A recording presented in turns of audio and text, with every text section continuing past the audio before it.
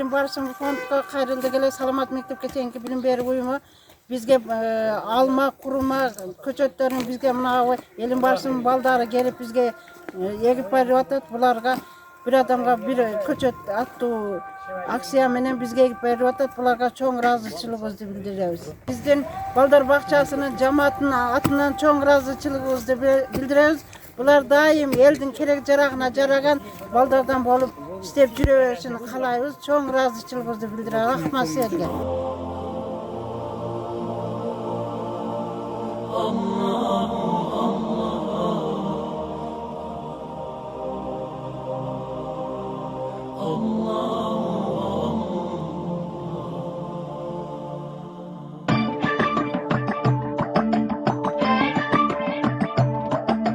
Oh Allah the Almighty, Allahu Allah, protect me and guide me, Allahu Allah, oh to your love and mercy, Allahu Allah, Ya Allah don't deprive me, Allahu Allah, from beholding your beauty, Allahu Allah, oh my Lord accept this plea, Allahu Allah.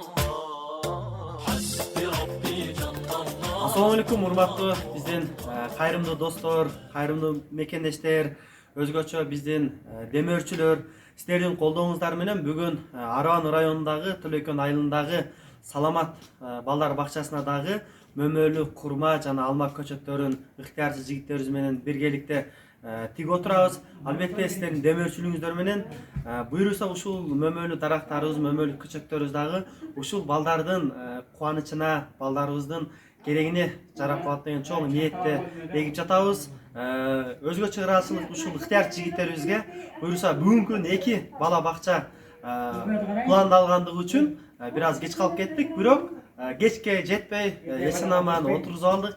Жалпы демөөрчүлөргө, мекендештерге ыраазычылык билдиребиз. Barlar tınçaman boğula, bıltırgıday oğru boğazım bari şundeli gülümcene жүрөбү. Rahmat baldarım. Gelecekte Kırgızistan'dan kerek jaragan baldar boğula. Amin. Allahu Ekber. Rahmat. Boğaptır.